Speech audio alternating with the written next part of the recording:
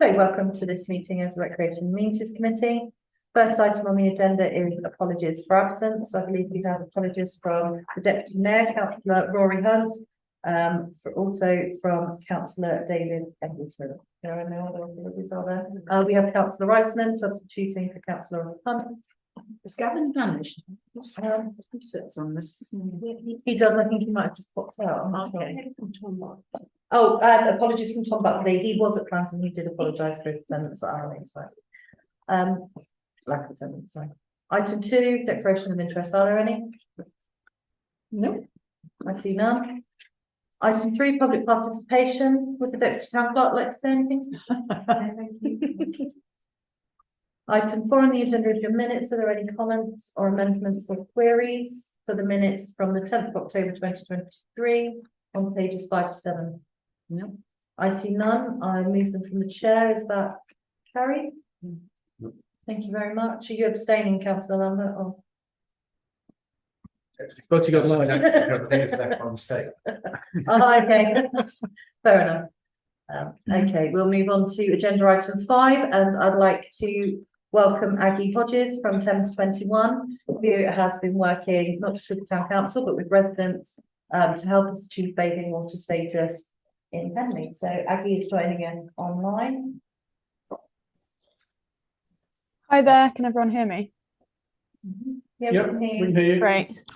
Hi, yeah, so I am here to update on our bathing water project in Henley-on-Thames that took place most of all this summer, and out of it we did a season of water quality sampling, and I've produced a report on that, and I'm here to sort of summarize the findings.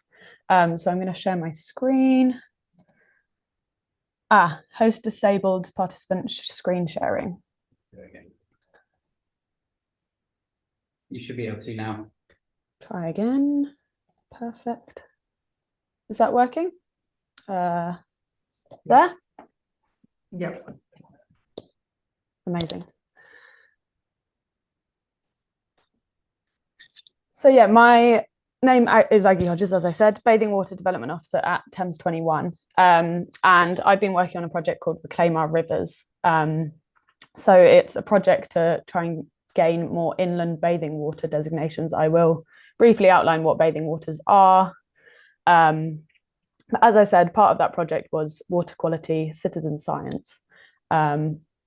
One quick note of courtesy is that these reports are not actually public yet.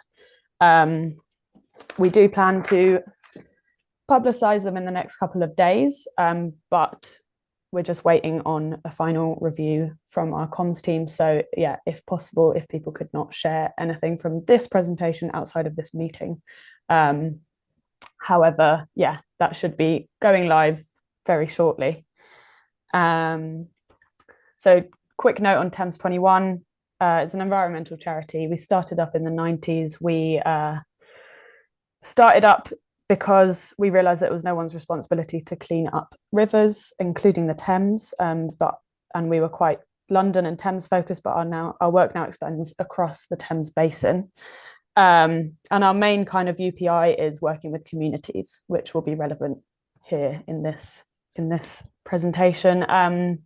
So that's empowering communities, training communities, and like trying to just increase awareness of waterways and the issues facing them. Just a few photos of some wetlands and expanding floodplains, tree planting. That's the kind of work we often do. Bathing water designation status, for anyone that doesn't know, they're the only places where bacteria levels are monitored by the Environment Agency throughout the bathing water season. So it's tested weekly. They're testing for fecal indicator organisms, which are signs of sewage, basically. And those two bacteria are E. coli and intestinal enterococci, which I will always hate saying. The other thing it does is, yeah, it drives investment for improvements to water quality, which, as I'm sure you all know, is a massive issue, especially on our rivers. We try to speed this up, and I will come to that shortly. Currently, there are only 3 inland river bathing water sites in England. So it's quite a big deal. Any new sites are a big deal. I heard from Surfers Against Sewage that this year 22 applications went in, and I think they were mostly inland. So it'll be really interesting to see if there's a bit more sort of balance created, because there's hundreds of coastal bathing waters. So currently it's a bit of a problem with balance there.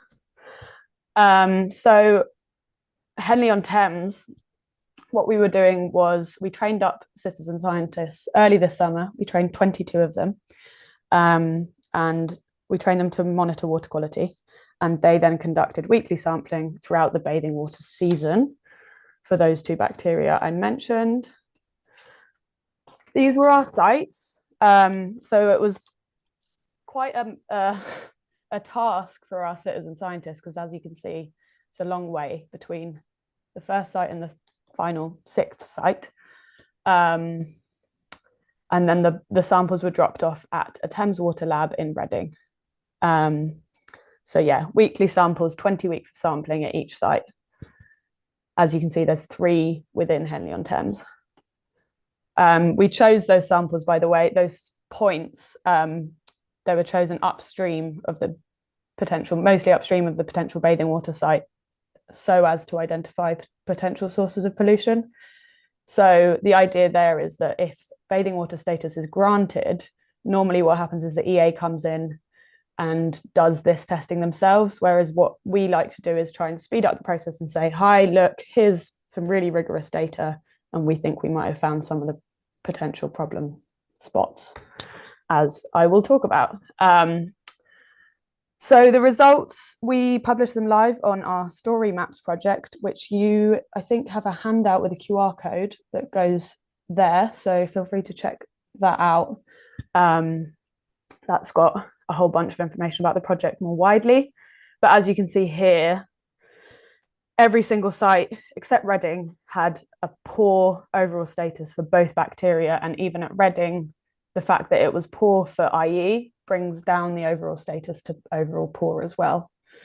And now I'm just going to dive into those findings a bit more deeply. So the first one, relevant to Henley, that was sample point B. So the middle sample point in Henley. As you can see on the right, it was quite good water quality for the first half of the bathing season. But then, yeah, as you can see in both that right-hand table and the graph, the results worsened pretty dramatically towards the end of the bathing season. At all of the 3 sites in Henley, we saw up to 6 times the recommended standards for safe bathing for those bacteria. Let's just go here. So then I've got some correlations, and this is all in the report, which, as I said, will be published very shortly. So here we've got on the top is the EDM spill data. So that's where Thames Water publishes EDM, so event duration monitors from their storm water discharges. These are public, but if you want to go back in time, you have to ask for the data. So what I've done there is just correlate it against where we saw those spikes in FIO bacteria. And as you can kind of see, they do seem to fall just before those spikes. On the bottom there, you've got rainfall data. Rainfall data was incredibly hard to find, I have found out. So Reading University was our closest point. But once again, that does seem to correlate. You've got the heavy rainfalls in July, August and September, correlating with both the stormwater discharges and the spikes. Just to note, you can see also in these graphs, in that top graph, there is a continued presence of E. coli and enterococci, even in the dry periods, and we found that across all 6 sites. And what that means is that it's likely that there are also diffuse inputs. So that means it could be agriculture, septic tanks, misconnections, things that are a bit harder basically to discern, that are probably impacting all 6 sites during those dry seasons as well as the wet seasons. So slightly better news was at Reading. So this was at Christchurch Bridge. So this is sample point 6. This site, as you can see on that table, saw much better water quality for most of the bathing water season, and sadly the result on the 21st was so bad that it actually brought down the whole overall status to poor and sufficient. If we go back here, we can see that that correlates with a really massive load of rain. I think some of you might remember it was 2 days of just pretty much consistently heavy rain.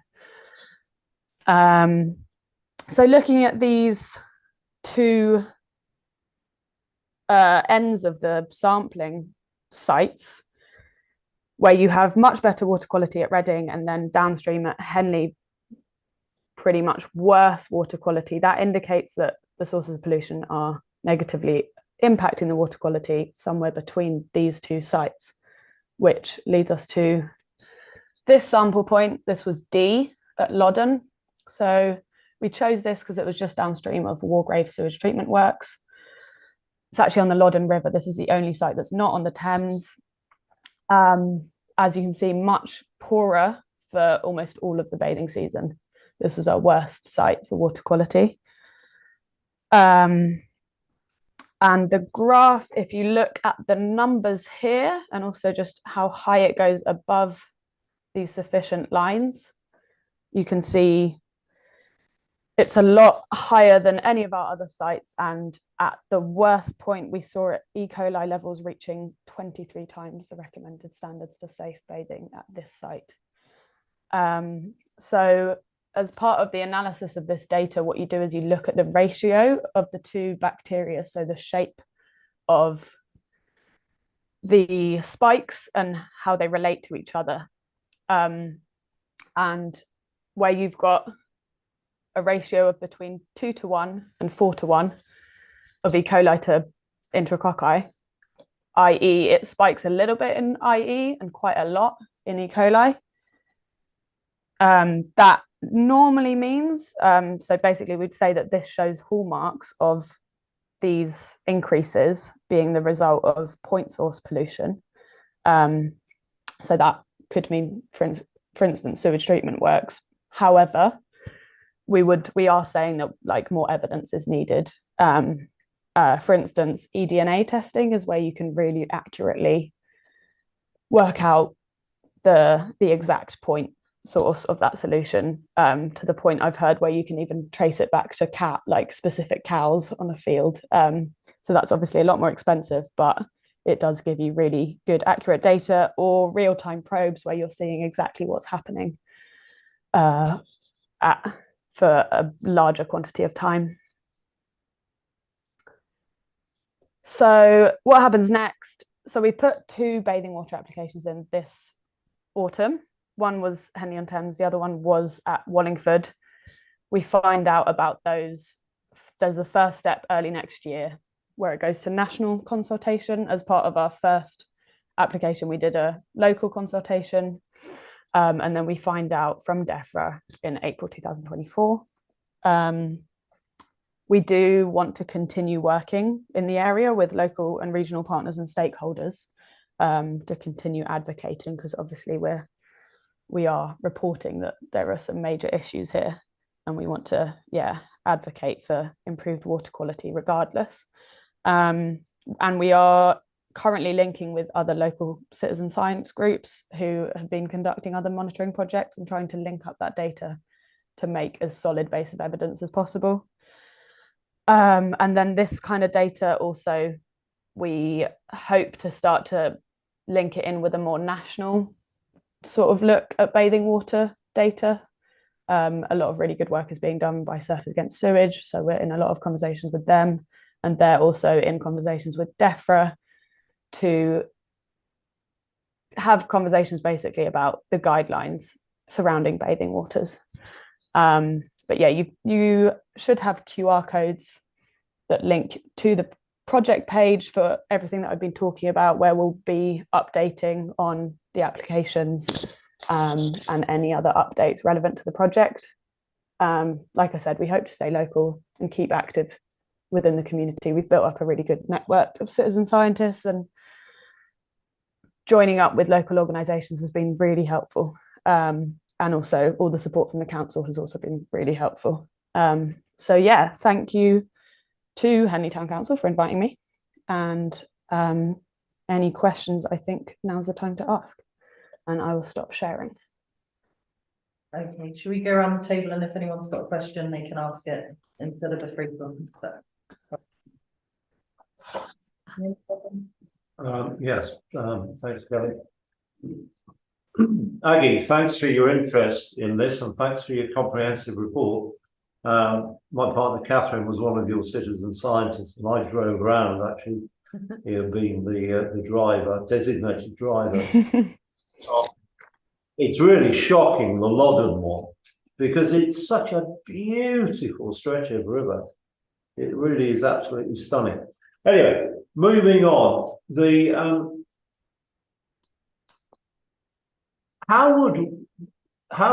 is it the Environment Agency that does this bathing water status? DEFRA approves or rejects, And then the EA does the testing and the enforcement on the water companies, which are then supposed to clean up those spaces, and they're supposed to have 5 years to do it. Currently, the de-designation process is it's being contested quite a lot by the few bathing water sites we do have on rivers. So there may be future conversations or changes, but at the moment, DEFRA is keeping the current process. so if these samples are so bad, I mean, we won't get bathing water status, or does it mean that you get the bathing water status and it's an incentive for Thames Water to actually improve the situation? So water quality has nothing to do with the application, which is on our side. And the water quality monitoring is not a compulsory part of the application. So we do that as an added bonus, as I said, to sort of expedite the process if it was to get designated. So yeah, it's then in some ways helpful to say, look, if you do get the bathing water status, here is a definite problem site that needs attention. Okay, that's it from me. Thank you. Ian? Yeah, I was going to ask along those lines. That was quite illuminating. What you're saying is that the results that you've been reporting on the quality of the water are not connected, are not a prerequisite or even connected to the bathing water designation being achieved. So what are the criteria of bathing water status being achieved? If it's not, I listened to you throughout. I just assumed that it was they would have to clean it up and then you'd get your designation, but it seems to be the other way around. Yeah, exactly. It's almost a tool to improve water quality and to highlight areas that are both popular and that require improvements. The requirements are you need to see 100 swimmers on 2 days on average over the bathing water season. I will come back to that because they changed the guidelines around that recently. You need facilities such as a toilet 500 meters away, and it's beneficial if you have facilities such as transport, cafes, changing rooms. The more the merrier. Access into the water is also important. Am I missing anything? Oh, and then you have to do consultations to sort of demonstrate that this is a popular idea and that it would be beneficial to the local communities and stakeholders. The point about the swimmers is relevant because DEFRA changed the guidelines. When we started this project, it included rowers and other non-swimming river users, non-motorized, and it also included events. They changed it to mean that it must be only swimmers. Unsure what it means if a rower falls in. DEFRA haven't clarified on that. And this is halfway through the season, they changed the guidelines, and they also said no events. There's been a bit of back and forth where it was sort of unclear whether they definitely meant no organised formal events, as you know, happen a lot in Henley. And they confirmed that they did mean no events.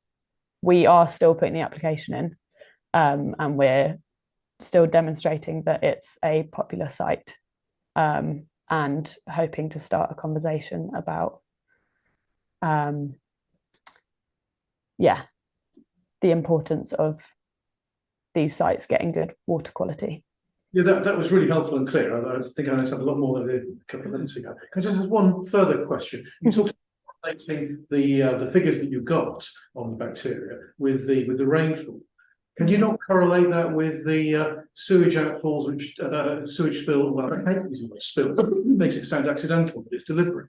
Can you not correlate them with the Thames Water figures on when they actually put that stuff in our rivers? Is that not possible? So we've got the hours that the spills were happening, and that's what the dots were in the graphs, and you'll be able to sort of zoom in on that once the reports are public. It should be said that there can be errors with the monitors, but also the water quality samples, as you can see on the graph, were taken at a certain point in the day, so you can only get so much detail into those graphs, but I've tried to link them up as closely as possible with where they occurred before the date of sampling. Thanks. But yeah, something to zoom in on if you're keen on finding out more detail. We had a public meeting in this room with Thames 21 or something, wasn't it? And also Windrush Against River Pollution were there, and they had all the statistics, which are public record apparently, of all of the untreated sewage that's sent in, and they were able to make all the correlations as well. So I've got some maths geniuses, really good people involved and trying to connect all the dots, I think, and we're all sort of part of the. Yeah, I was at one of those meetings. Sorry, Jill. Well, this is a catch-22 because you're expecting 100 swimmers to go in and possibly catch E. coli or something really, really nasty, in order to tick the box to do the application. So they've got to risk their lives, basically. Yeah, it's Like the boys ridiculous. that went swimming and got ill down from the sewage. Exactly. I was reading about a surfer in Cornwall today who got an infection through the ear and has some really awful condition, and that was just the sewage in the sea down there. So you're asking 100 people over 2 days to risk their lives to tick this box so that the application can go in. It's bonkers. We're not asking people to do that. No, but I mean, that's what they're saying. To qualify, you have to risk your lives, basically. It's bonkers. You're right, John. Yeah. Exactly right. But in Henley, because we're so populated and we have a lot of people that are using the river, paddleboarders, we have the Henley Mermaids, for example. We have the Henley Open Water Swimming Club is another very busy club, actually. So I remember meeting them last year, they're very active. And so we have those people that are already, I think it's just a case of drinking a can of Coke and hoping for the best. It is sort of thing, isn't it? But you can get in your ears, you can, you can get this horrible stuff. Sarah, did you have any questions? Yes, hi Aggie, nice to see you again. Thank you so much for sharing today. As you know, I'm also part of Greener Henley, and I suppose one of the things obviously is that if we manage to achieve bathing water status, then it'll hopefully be better for any creature in the river because we are improving the water. And I hear what you're saying, Jill, but Henley River is a popular river, and we know and see the horrendous statistics and the reports, and people will go and swim in there. They will. But I think at the moment, what you've said, that it's bonkers, is that unfortunately that's the system that we're in. How can we change? How can you change a bonkers system? What influence do we have? And I suppose that's one of my questions, Aggie, is we're trying to use as much and as many different ways to clean our rivers, and one of which is through applying for bathing water status. But what other things can we do? How can we reduce the sewage going into our rivers? I'll be interested to hear, when you have conversations with local water companies, what kind of response do you get? What can we practically do next to try and move this on to clean up our rivers for all?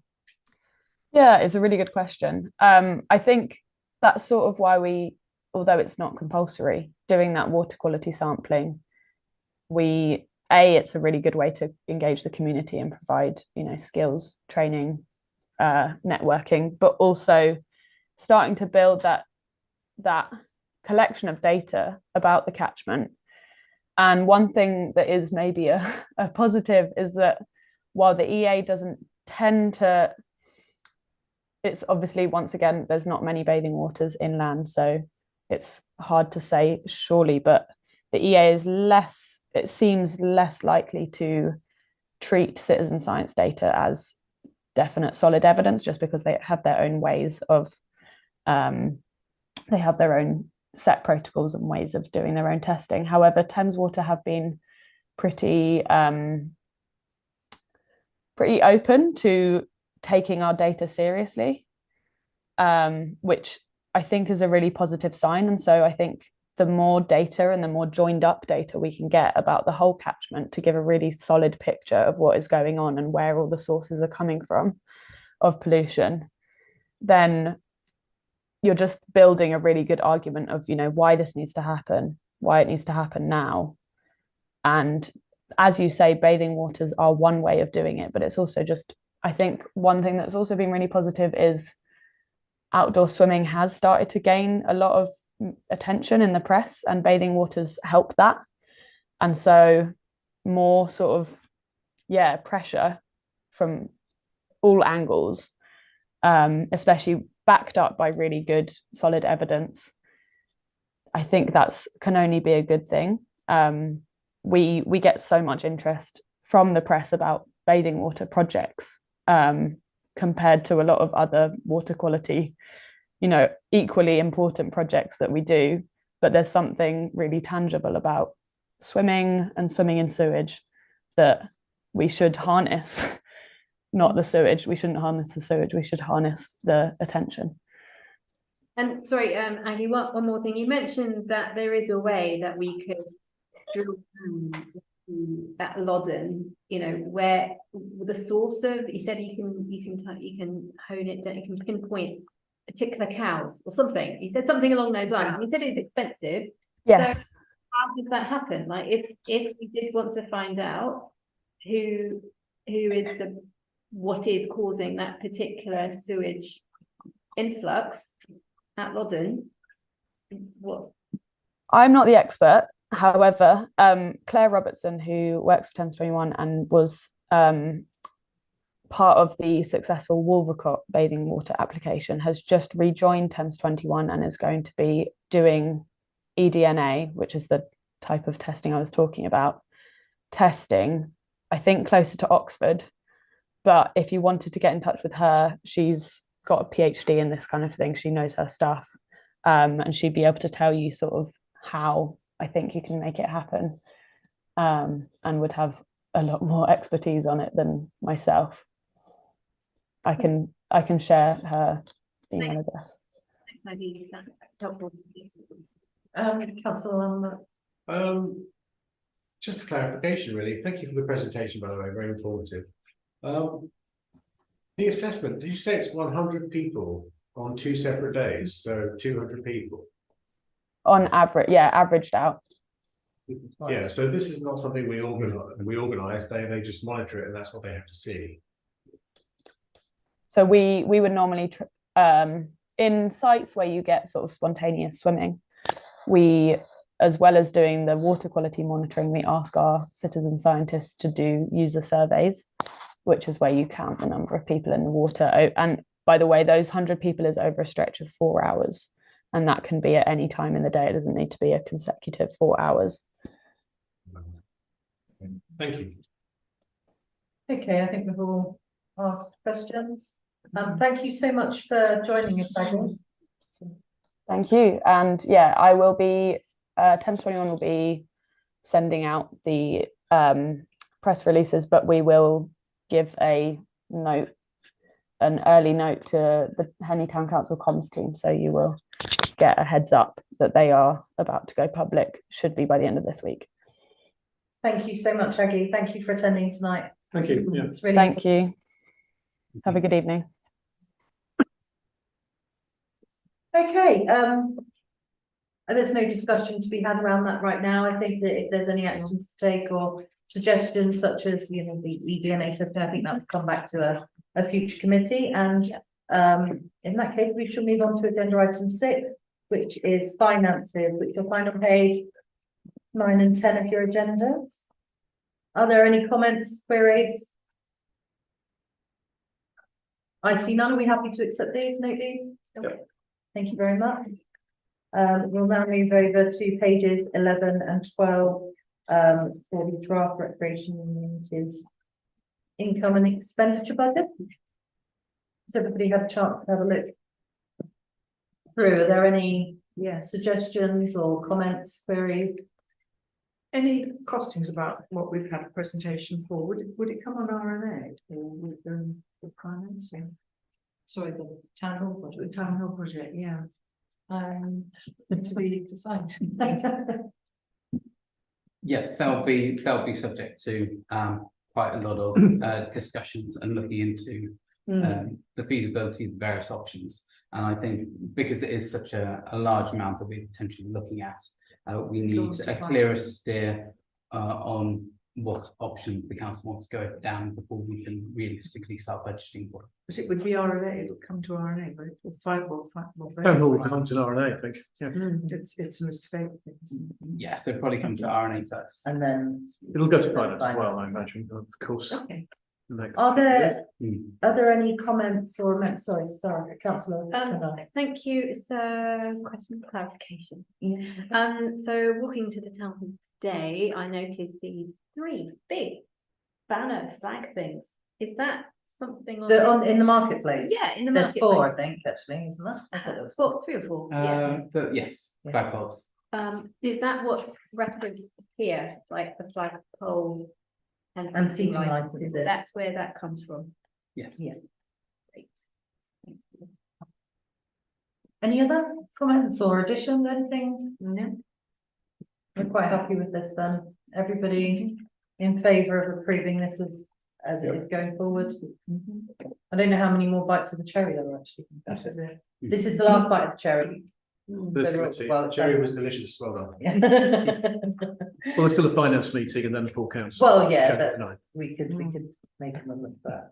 If there's anything burning. We'll move on to the progress report, which is on page 13. What's the status update of this basket report that's never ending? Yes, so the work was due to be carried out the week beginning the 5th, I believe, no, 6th of November. Unfortunately, the weather was extremely wet, so it wasn't able to be undertaken. I noticed that the weather over the forecast for the next few days is looking much better. Yes. So I did get in touch with them yesterday, and they've assured me they will be on site to assess and start work as soon as possible. There being. Oh, It's sorry. worth saying on that it is still being well used, because I was down there on Saturday and it was really well used. Yeah, there was a couple of dads and 4 youngsters Yeah, using it, but it was dry. yeah. So- It's nice. It's dads That's and good. kids, isn't it? But- Yeah, Like the yeah. skate park. Yeah, no, Yes, it's lovely. exactly. Yes, like. There's a lot of things you can So- do at Macon. Yeah. So it's absolutely brilliant. Okay, we've got to resurface it because Yeah. it's not fit for purpose, but it's The a concept. The brilliant, principle of doing it. brilliant It's been one addition year. to making. We have no updates on the riverbank repairs. Do we have any updates on steps into the river? No, we're still waiting for an install date on that. I reckon it will probably be when the river conditions have improved slightly. The next item on progress is the Mill Lane car park footpath. There was a slight miscommunication mishap between, not anything to do with us, Oxfordshire County Council. Do you want to explain? Basically, the work's already been done. It was between OCP and their contractor, yes, so the footpath has been put down. And paid for. We, they paid. They paid. Oh, it wasn't supposed to be just gone and done, but it is, and so, yeah, And we haven't had to pay. It was still money that wasn't. No, we haven't. we haven't to pay. So there we are. that Progress came from- So it's ecological. Ecology. Yes, they did the survey and it all They came did, back. good, okay. Yeah. All right, great. Okay, and you can see the update there for the Adventure Playground. There won't be much to say until after the 28th, because that's when we'll be. Will we meeting get all about the it. info in advance? So we can have a good look at it. Yes, so the closing date for tenders is this Friday. I've already got 2 through. I'm probably Only got expecting, 2 of the I'm expecting probably another 7 or 8. 8. And then they will be circulated to the working group. As in yourself, the Mayor and Councillor Lambert, as well as the Parks Manager, to look through. I would say at your leisure, but quite quickly at your leisure, ahead of our meeting on Tuesday. We'll be looking at tenders, to score them and to make a recommendation to finance strategy and management. Okay, that's progress. So we'll move on to final item of the agenda, which is the Fairmile Cemetery rules and regulations. If you turn to page 15 at the start of the report, you'll see as you go through, which I'm sure you already all know from having read it. I think the changes are highlighted in yellow. Yep. And there's from I saw there's a change at the bottom of page 17, which is page 3 of the report, the rules and regulations. And then there's also a change at the top of page 25. There's 2 changes there. And that is page 11 of the report. Those are 2 highlighted. Are there any comments or queries? Councillor Lambert? Propose acceptance. Fantastic. Seconded. Thank you, Councillor Dodds. All in favour? Thank you very much. Meeting's closed. Oh, sorry, Karen. Sorry, I didn't get a chance to ask a question. Oh, sorry. Go ahead. I should have done that before I took the vote. Apologies. So there are no and nothing wrong with the highlighted sections at all. I totally understand why they're being updated. I think it's just an overall observation that you don't. And it's more of a question. Like if we wanted to do like a biodiversity report, or we wanted to integrate something into this document around environment conservation things, as we are heading towards a declaring an ecological emergency. Is there a process for that? The thing we discussed last week, the 4-year plan includes an audit of our various sites that we own, with a view to assessing their biodiversity and so on. And so I think it would come under the category of that, would be added to that list of sites there. It's obviously probably one of the most important ones that we could do, along with the park. And Sheridan at the meeting actually specified certain things that he would like to see happen with the cemetery. Like the big space is just a green field at the moment, so therefore introducing more biodiversity, ecology, planting, whatever. And it does say for The assessment and the plan would be good. Yeah. the green, which I remember being involved in, the green burials. That I think it's very nice. You can just put wildflower seeds there that nothing else. I think that was a very, very nice idea. So there are things in here. If you Yeah, I did Yes, read through it. yeah. I think I was just surprised that yes, it covered the green burials, but you know, given what where we're moving towards, and you I think know, that's covered by things like, for example, lichen on gravestones, that they're really important and they're not to be cleaned. So things like that would be really useful as part of that. they're important and they're not to be cleaned. What aren't to be cleaned? So you know, the gravestones. I do know about Yeah. gravestones. I've just installed one. Yeah. We restore them, yeah. Yeah. What do you mean? So the ancient ones, like the Oh, the ancient really ones. old Oh, ones, right. which have It's been covered there in moss. covered in moss and lichen, Mm. like I'm hoping that they're not intentionally cleaned as they're. So we have the Visible, town so that council kind of cleaned thing. a significant gravestones such as the one for Sir Frank Chris. Because he Yeah, was a but- significant person, so we Yes. obviously restored his memorial, like his memorial, so. Yeah. But But I'm saying that things like that, it would be good to understand from the biodiversity report, the implications of how, not recent ones, please don't get me wrong, but very, very old ones which have been there for decades or centuries are important to have. I think this is where the man from Janus Conservation was saying about the balance between the environment and the heritage, and finding a good balance and working Yeah, together. I agree, and I think that's what That's what you're saying, yeah. No. there's Yeah, but the- something to be addressed. So, but the starting point is, we need an ecological biodiversity report for the whole of the cemetery and other open spaces. Yeah. And the experts come up with what we should be Yeah. doing and what we shouldn't. be. And that's the starting point. So in answer to your original question, that's where it belongs. It belongs in that biodiversity report that we should be moving to do. Yeah, then I only expect the cemetery to be one of the first that we look at. Well, there's a real opportunity to do quite a lot there, in fact. There is, yeah. Things like that we've got up there already.